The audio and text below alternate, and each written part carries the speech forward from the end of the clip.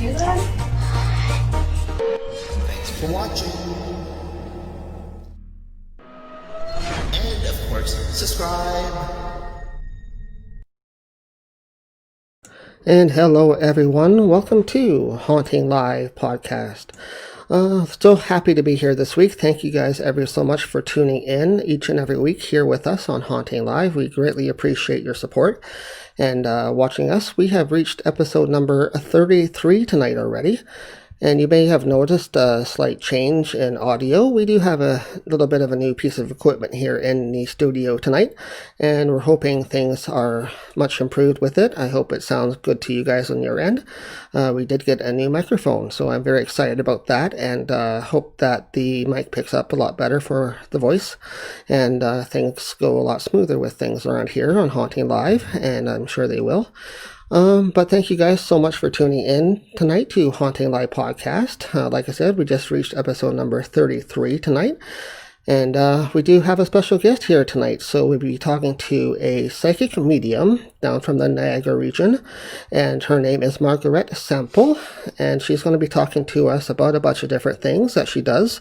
From her walk in her psychic mediumship life, how she got involved in that, and what she does day to day as a psychic medium. And our main topic that we're going to be talking to her about is past life regression, a topic that we have never talked about before here on the podcast, but it's something that I've wanted to touch on in recently, so I hope that that's interesting for you guys as well. So with that, let's bring on Margaret and say hi to her on Haunting Live Podcast here tonight.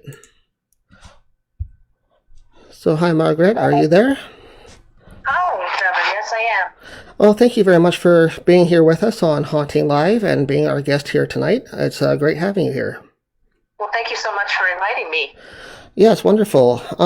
So I was just introducing you as a psychic medium.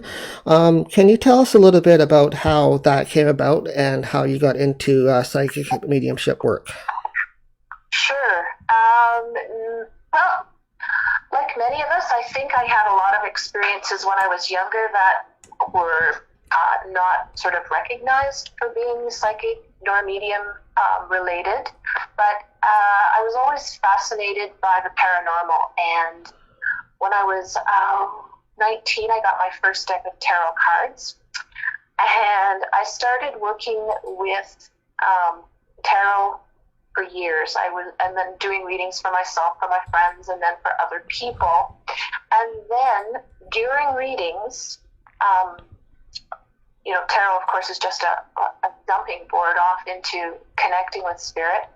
And then spirits of people who had passed started coming into the readings, and they made themselves known. The first one was a very dramatic experience that happened, where I suddenly felt there was a bullet in the woman I was reading, and something lodged in her back, which turned out to be a bullet.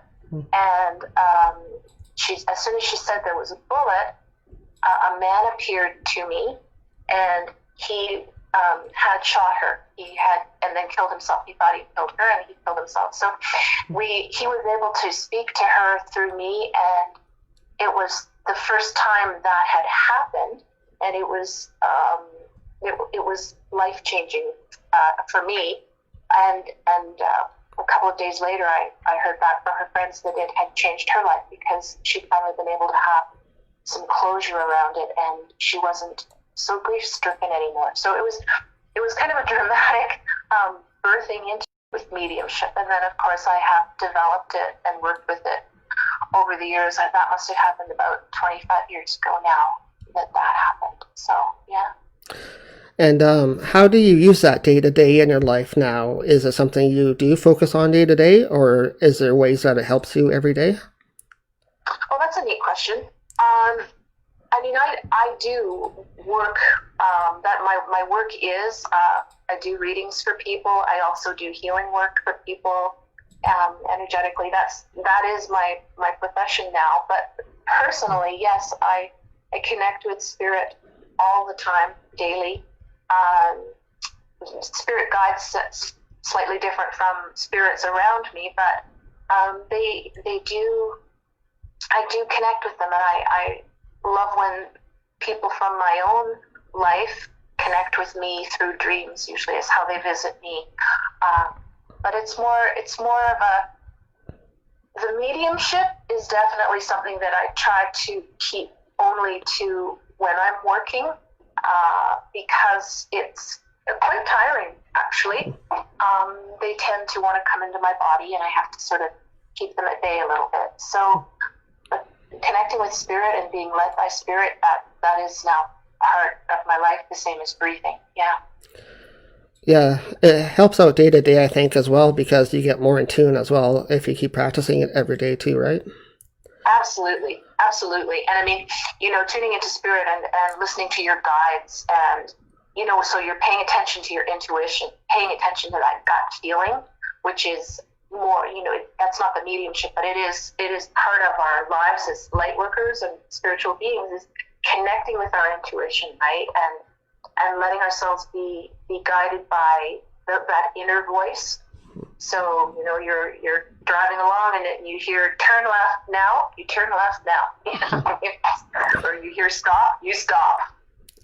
Right. They're always guiding you in some way. And another part of that you work on also is, like you just touched on, is healing and light work. Can you explain a little bit how you work with that as well? Sure. Back in the 90s, I studied Reiki and was very fortunate to be trained by someone who was trained by Phyllis, who was Hawaii Takata's granddaughter. So any Reiki people will understand that lineage kind of thing. But so I studied Reiki back in the 90s, became attuned as a Reiki master, and Reiki that's universal energy. It addresses healing on all 4 levels: physical, emotional, mental, and spiritual. And I started doing it just for myself, but it's an incredible practice. And again, with anything that you practice, you do tend to become better at doing it. So working with people to help them heal, because we are our own healers, right?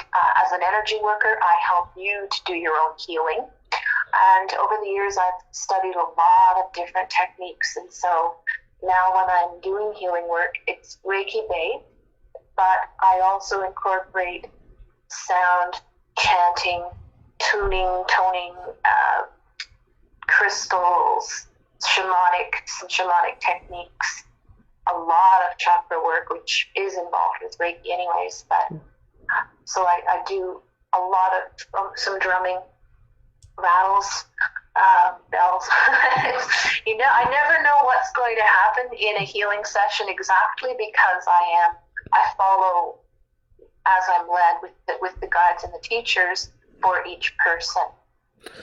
And speaking of that, since you do have clients that come to you for certain needs, do you know what that client will need prior to that client coming to you? That's an interesting question. I sometimes, what I have found is I have tools in my room, and I tend to have pulled the ones out that I will use. I may not use all of the things I've pulled for the appointment, but I will generally use a couple of the things, so that rather than having to pull a specific rattle out of my basket, I will have one. I think today I'll need rattles, and put 2 on the table. I used to play a game with a friend when we were training to see, okay, we're going to see a client, what parts are they going to need worked on?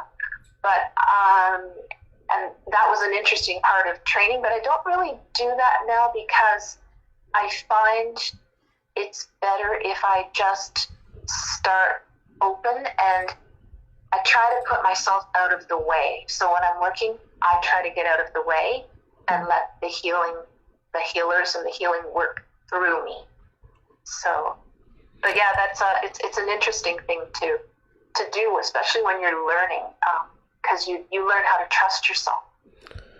Right, but you also have your guides and your spirit energies that are working with you, especially in Reiki, where it's a guided energy, and they're really doing the work for you too, right? Well, yeah, I mean, like I'm sort of the focus. It's like the energy of the sun is always there, and if you need the sun, you'll go lie in the sun. But if you put a magnifying glass or a reflector, then you're focusing the sun more directly. And I would be like that magnifying glass, focusing in the energy. Right. And directing it. And sometimes I feel like I'm the anesthesiologist, right? I'm at one point, and I'll have clients say to me, I know you were at my head, but who was working on my feet and my belly? Because sometimes they actually feel the hands of the guides working on them. I always love that. I think that's so cool. Right. And has there been like an aha type moment, like, or a wow moment where you're like, this is definitely what I want to be doing in life? I think it was it's one of those things that the more you do, the more fulfilled you feel. And I mean, I've always wanted to help people. I always loved entertaining, so that's kind of different from what I do now. But I've always been a teacher, so it was just putting it into a way that was bringing the different disparate parts of my life together. And it wasn't really an aha of, yes, this is what I'm going to do. It's just that I kept doing it, and then I was able to do it full time. Right. And also you mentioned to me in your list that you sent me a while ago about your abilities and what you do day to day, that you are in a I guess, development program that you created for psychic kids. Can you talk about that a little bit? So, Psychic Kids United, Mm-hmm. yeah. This is something that I am co-creating with Liz Throp, who is a great psychic medium in St. Catharines area. And we really feel that there are so many gifted children out there right now, and also gifted adults who didn't really have that opportunity when they were younger. It's not so much verboten now, right? To have these abilities, people are more understanding. It's more in the open. 25, 30 years ago, people didn't even know what a medium was. Well, now many mediums have their own television shows, right? So it's kind of much more in the mainstream. And so what we're doing is developing a website and a series of lessons that will help kids and their parents deal with and celebrate their gifts.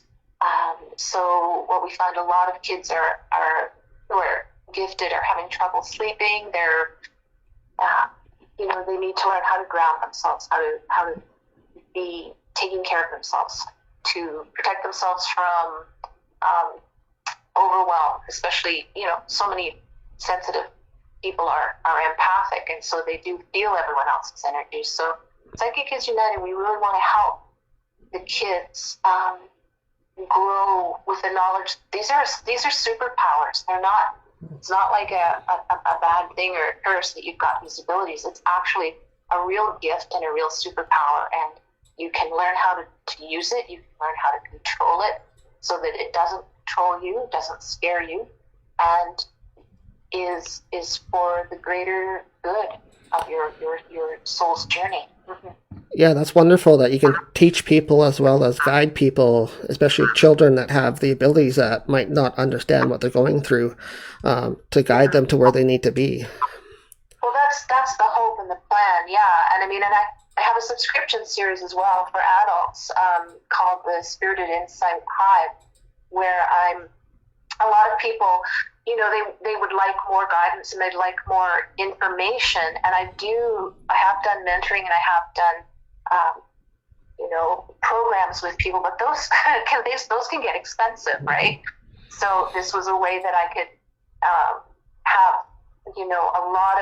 have people come together in a group situation, and we could have develop that hive of like-minded beings. That's a new thing. It's just been started this year, but we're hoping to grow that and to grow that as a great way of helping people to develop their gifts and a community. Yeah, no, that's a wonderful idea. Is there a place where people can go to look up more information if they're interested, or? Yeah, absolutely. My website is www.margarettsample.com. There is information there on all the work that I do, and you can also sign up for the Hive, the Spirited Insight Hive. And yeah, it's also on Facebook. I have a page on Facebook, which everyone can join, Spirited Insight Hive, which is the page. There's stuff going on there from time to time. It's different from the private Facebook group for the Hive beings. Right. Okay, great. We recommend everybody that's interested go check that out on her website, margarettsample.com, or you can go to her Facebook page as well. Okay, next we'd like to move on to the main topic for tonight's discussion, which is past life regression. Something that you've worked on in the past, but something we've never talked about here yet on the program. So I'd like to get into it. For those who don't know what that involves, can you sort of start with the basics and explain what that is? Sure, thank you. So past life regression, if you understand that this is not our only shot at the can. We've come back time after time. Our souls reincarnate, and that is our soul comes back and lives different lives. It's almost as though your soul is coming to Earth to be in a physical learning place and puts on a new body, a new personality each time, but carrying forward the soul, higher soul, through all of these different lives. Everybody has been male, everybody has been female, everybody has been a victim, everybody's been an oppressor. And the way I understand it is our soul sets itself all these lessons to learn, and once the soul completely graduates, it will return to source. So there are schools of thought where I believe it's Buddhist, right, where it's all very mapped out, and you go forward and back, and but I'm not quite so organized about it in terms of development of the soul, but we just keep coming back as we learn more and more. And when we do good things, we create good things going forward. When we come to Earth and we do horrible things, then we either are creating a karmic debt, or we have come here to experience that. But it's always balance. It balances, and we grow and we learn. We tend to come back in soul groups. So, Trevor, have you ever met someone and immediately really, really liked them or really, really disliked them? Yes, I have in the past. Actually, recently, I do have a quick story about that. We just recently met some new friends of ours, and we've found out that they're into the spiritual work as well. And the first time that we met them, it felt like we knew them forever. Yeah. Sometimes I was, my funniest story about that is I was walking, I was like 21, and I was walking down a street in Europe, and on the other side of the street going the other direction, there was a group of 4 or 5 people, and this one guy and I locked eyes, stopped dead in our tracks. And it was just this pull towards each other, but we were both with other people, we were both walking in other directions, the rest of our groups were moving on, and we just kind of looked at each other and shrugged and smiled and walked on. So, sort of like, next time, next life. But yes, so these people that we meet and we feel, like you said with the new friends, we've known you forever, and sort of like, well, there you are. And we do tend to travel in soul groups. A lot of times we can have people who are in our families or our friend groups now we have been connected with before.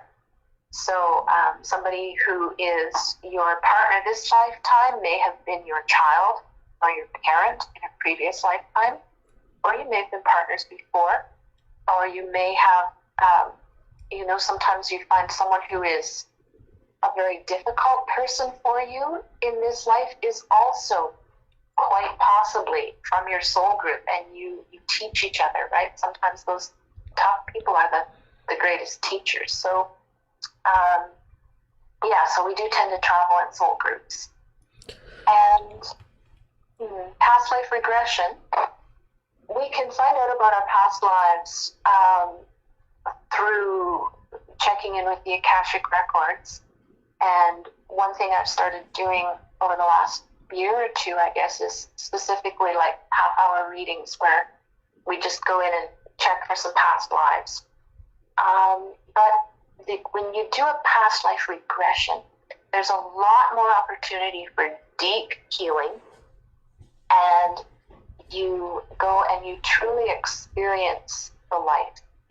It's done under hypnosis, and what I did was I went to Sedona and I trained with a wonderful woman named Mary Elizabeth Raines, and through her Academy for Professional Hypnosis Training, because there's a lot involved in doing a real healing regression. And so the protocol which deals with a lot with forgiveness, experience, understanding and forgiveness of something that may have happened in a past life, then we heal it, and then it's healed, and it's healed forwards and backwards in time. It's an incredibly deep healing modality. It sounds like it. So how do you know when a client is coming in for a past life session? What normally are the symptoms? Like, what do they come in with, and how do you know what they need?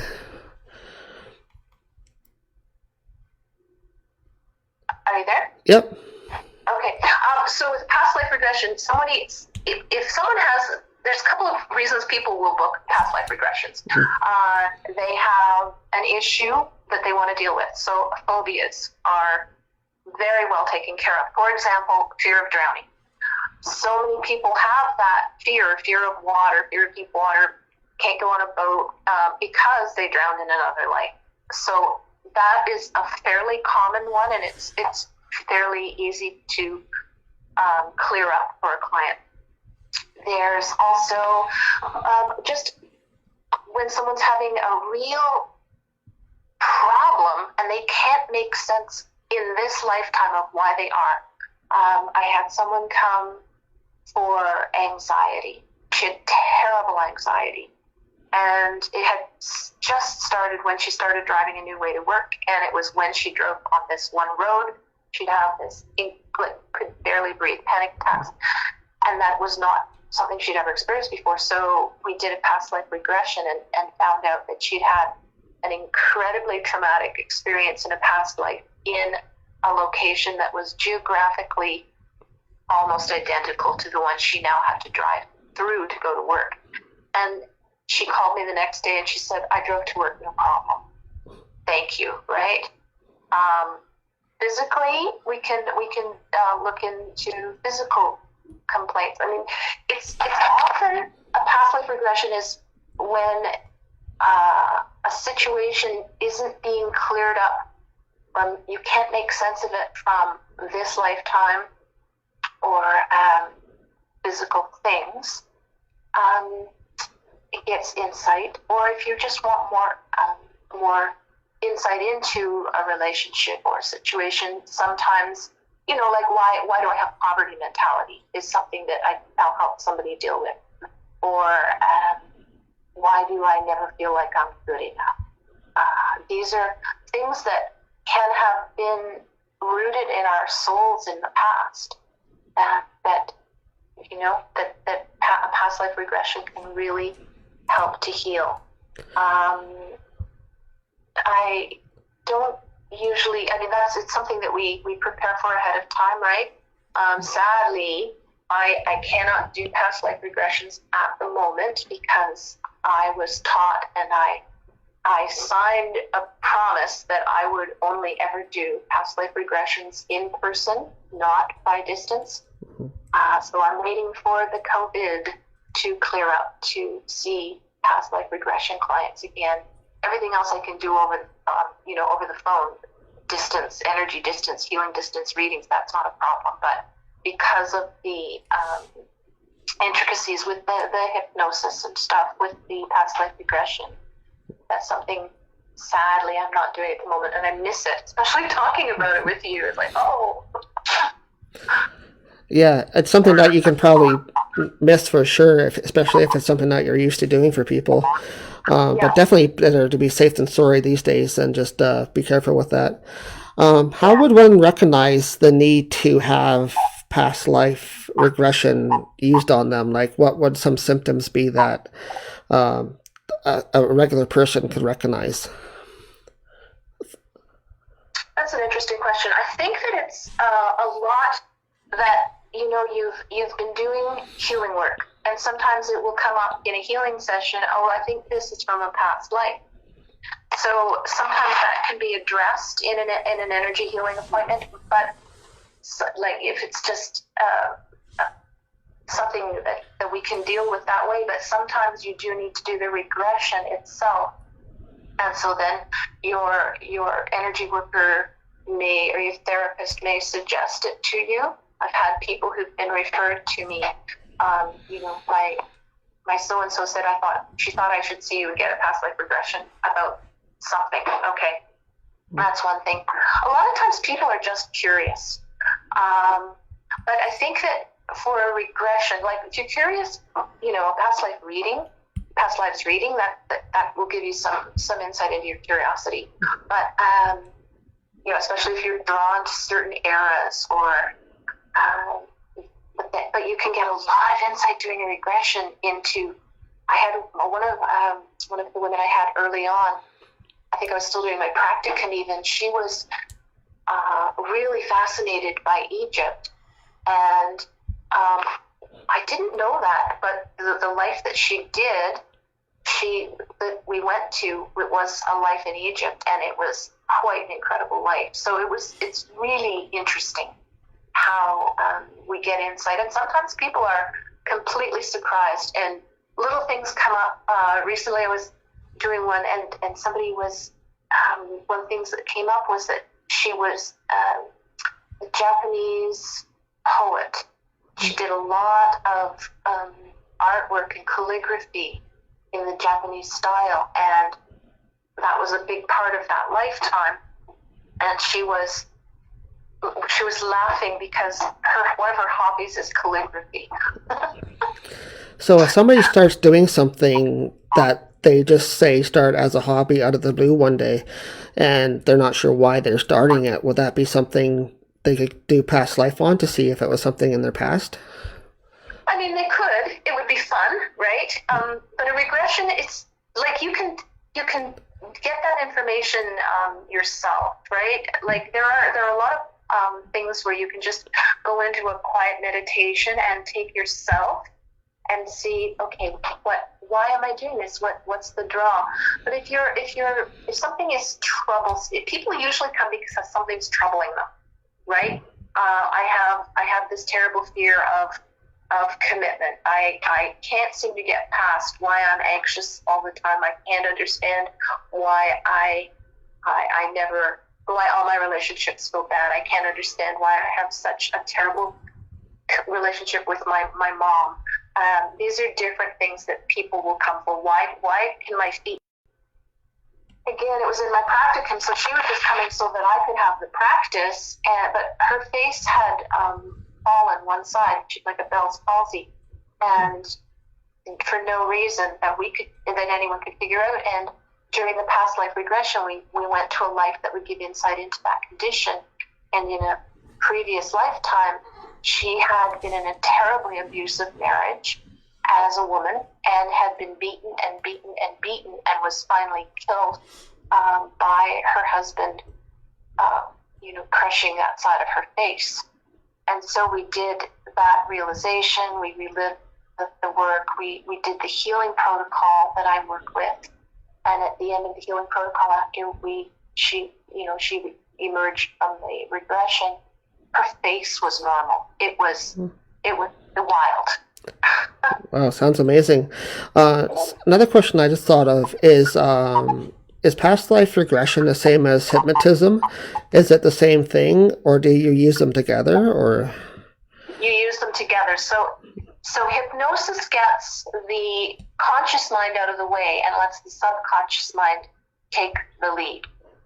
So I do practice, I use hypnosis rather, to take people into the relaxed state where they can access their past life memories. That's why hypnosis is used for people to help them recall things in their present life as well, and also to strengthen willpower, to change habits, things like that, because you're working with the alpha and theta waves. So the hypnosis is, and that's part of why, when you've got someone in hypnosis, you really want to be, or I really want to be in the room with them so that I can be observing them physically to make sure they're in a comfortable, relaxed state, that they're not falling asleep, because that can happen if you're too relaxed, but also that they're not getting into any sort of distress.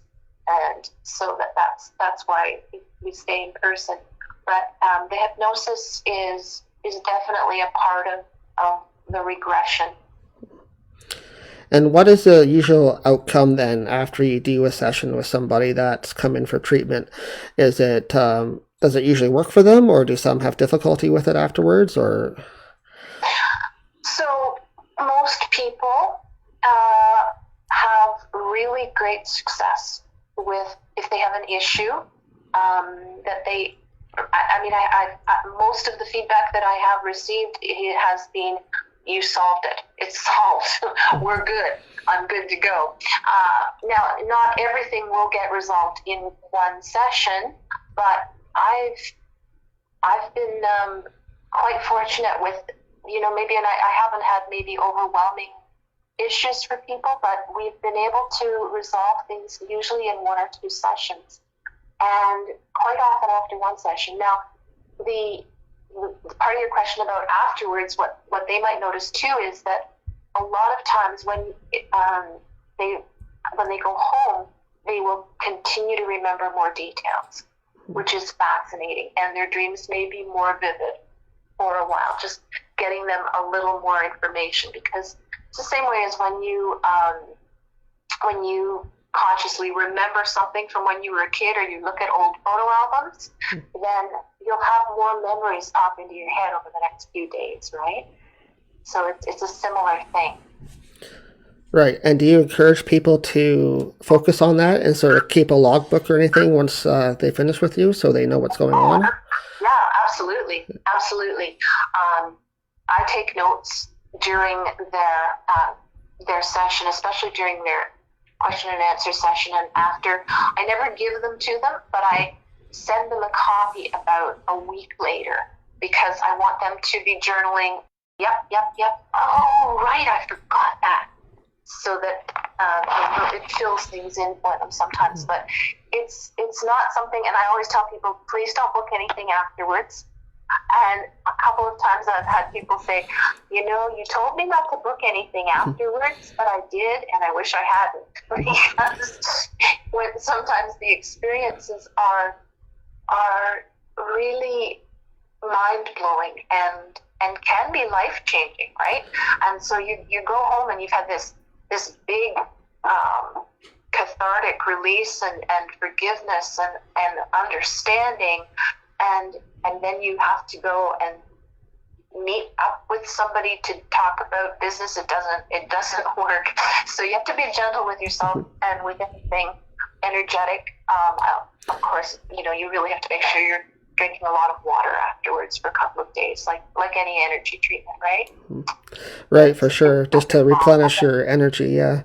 Can you tell us maybe one example of a time where that really helped somebody? And you don't have to give details about anything specific, but maybe just one story about where the person was really really helped them out a lot afterwards? Well, let me think. I mean, I told you about the one with the face that healed her face, and then the woman with the. I should have looked at some of my notes beforehand. I'll tell you a story about myself. Yeah, sure. Because, of course, during doing past life regression training, I also, part of that was we did many regressions ourselves. And so one of the,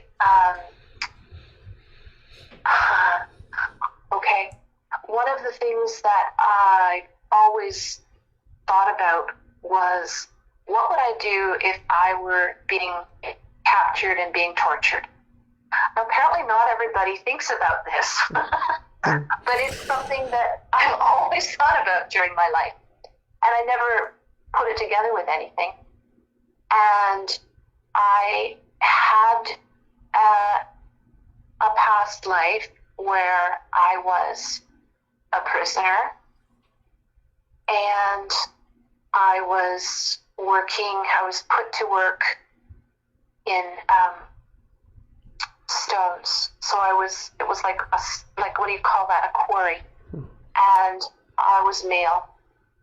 And I was having a lot of trouble with my feet, and I couldn't figure out why they weren't getting better. So I asked about this, and my feet were slammed with rocks over and over when I wouldn't give information about something.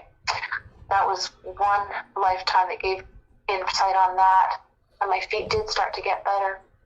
Another thing was, I've always been incredibly drawn to bears, and also to Native American teachings and wisdom. And I had a beautiful lifetime as a male,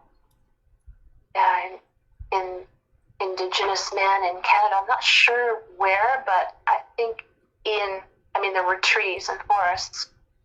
And he was marked by bear when he was a child, and had various encounters with bear through his lifetime. Bear was his spirit animal as well. And then in his death, he was burned, and he didn't crack. He sang his bear song in his head, and he stayed silent, which was so important. The women who were working with me that day, that was in class, who were running that, they said that my face completely changed, that I did not look like myself. And what's interesting is I have a mark on my torso where the bear marked him, and it looks like bear claws. That's pretty interesting too, and I think a lot of times people's birthmarks and other imperfections come through on people. I think that is also from past lives, correct? Absolutely. That's for sure. A place where you were stabbed, a place where you were where you had lost an arm. It's really fascinating. It's really fascinating how that connects with things. Yeah. Right. For me personally, I have a kind of embarrassing birthmark. It's on the back of my right head, so it's pretty visible. And I've just always have wondered myself if that was from a past life accident or incident or something too. So. Right. So that's something that would be, you could have a past life regression and find out about the life that would give me information about the birthmark. Right. That is something you could do if you wanted to, but you also probably can connect with yourself and get into a state of relaxation. The first time I had a past life regression, it was a spontaneous regression. I was doing a relaxation exercise with a therapist. I had severe postpartum depression, and suddenly I was not in her treatment room anymore, and I said, I'm not in your room. I'm in a different room. And she unfortunately had a little bit of training in it. It wasn't what she was planning on doing, but she was able to guide me through it. But we can take ourselves into a state of relaxation with the intention of receiving information about a past life that will give us insight into that. And sometimes we go, well, but what if I'm making it up? But why do we make certain things up? You know, it will probably take you to where you need to go. So we have so much more. This is going back to what we were talking about right at the beginning, right? Is how we have so much more intuition and information and knowledge than we access. So if we trust ourselves that we will give ourselves true information, something like that, you can quite probably find out about that way. And also dreams. You know, a lot of times dreams, Trevor, are past lives. And I mean, sometimes there's a whole theory, right, that all time is happening at the same time. So past, present, future, it's all happening at the same time. But it's more comfortable for us to work on linear time. But dreams cannot be an alternate reality, some would say, or sometimes it's just a memory. Just a memory. Sometimes it's a special memory. Yeah, you do find you get a lot of information when you dream at night, especially from the spirit as well, and your guides too, trying to tell you different information. So I do believe in that as well, yeah. Yeah, and when you ask, you're before you go to sleep, you are more likely to get that information too, right? And and something that people might find interesting is we have, most of us, been more than human as well. Like a lot of people, when I'm doing past life regressions, I say, take me to a lifetime in a time that we call the past, on this place, a human life in what we call the past on planet Earth. Because I was once taken on a past life regression and those parameters weren't put in place, and I found out what Lemuria is like. So, we do need to be specific because not just people have souls, and it gets into all sorts of crazy stuff, right? Like you can have a soul split, and you can have your soul having two lifetimes at the same time, and sometimes have a flash of the other person's life. I have a friend to whom that happens all the time. So there's just, it's fascinating stuff. Yeah, it definitely is. Well, thank you very much, Margarett, for sharing your information with us and how you work day to day with your mediumship, as well as the past life regression that you do. Unfortunately, you can't do it right at this time, but I hope you can get back into that soon. Me too. I love doing all my other work, but I am looking forward to being able to see people in person, hug people, and do past life regressions again. Mm-hmm. Yeah, me too. It definitely sounds interesting. Just before we go, have you been working on anything recently? I know you mentioned you received a few awards and stuff like that lately, so tell us a little bit about that before we go. Oh, sure, thanks. We did, actually I did a Women of Wisdom panel today with Spiritual Niagara, which was really a great time. My talk was on self-care for sensitive souls, because so many of us are exhausted and depleted these days. And I actually was very honored this fall. I received a handful of awards from the Amber Price Halo Awards, Spiritual Excellence Halo Awards. So I was the winner of the Holistic Health Practitioner Award, and I was a finalist top 5 in medium, psychic, hypnotherapist, spiritual artisan, and something else. Oh, Lifetime Achievement for the Spiritual Excellence Award. So that was pretty overwhelming. So thank you for bringing that up. Well, definitely congratulations. Definitely honored to get that as well. So I'm sure you are. Other than that, I think that's about all we have for you today here, Margarett. So thank you so much for coming on Haunting Live Podcast and talking about us, what you do today. So I really enjoyed it. Thank you so much for inviting me. It's been wonderful to have you, and you're welcome back anytime, of course. So thank you. Great. Well, have a good evening, and we'll talk to you again shortly. You bet. Okay. Bye-bye. Bye. And that was Margaretts Sample. We want to thank her so very much for coming on to Haunting Live Podcast here tonight. And hopefully things went a little smoother for you guys tonight. And we're, like we say, we are always working on our broadcast here to make it the best possible as we can here at Haunting Live for our listeners as well as our guests here and us too here that have to do the producing on our end. So hopefully things are improving. And thank you guys oh so much for tuning in each and every week and supporting us like you guys do. We really appreciate that. And you guys know who you are. So thank you so much. Just a couple things to go over before we sign off for week 33 here at Haunting Live Podcast. As usual, please go check out our website afterwards. Our website is HauntingLivePodcast.com. Full-fledged website where you guys can buy public event tickets when we have events going on. Like our next one coming up will be the Ghost of the Queen's Inn again, second annual one. We'll be starting to sell tickets as of January the 2nd, and we're going to be hosting that event. I think it's in April, if I'm correct on that one. But information will be displayed up on their website in the new year very shortly here. So look forward to that. It'll be the same price as this past year's event. So looking forward to having some people out for that event next year. Also on our website, we are having a website sale right now on our merch products that we have available under our merch section.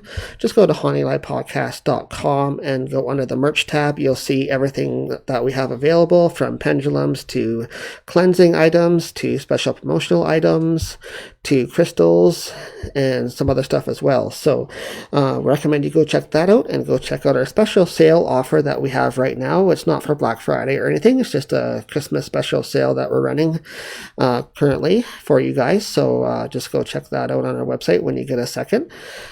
But other than that, that's about all we have here. As usual, go to our website and sign up for also our email list. Just on the main page of our website, about halfway down, is the form.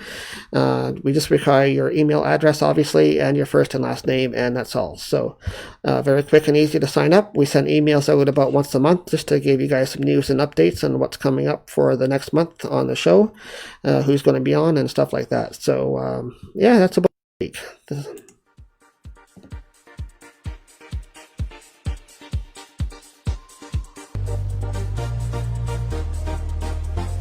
Did you hear that? Thanks for watching. And of course, subscribe.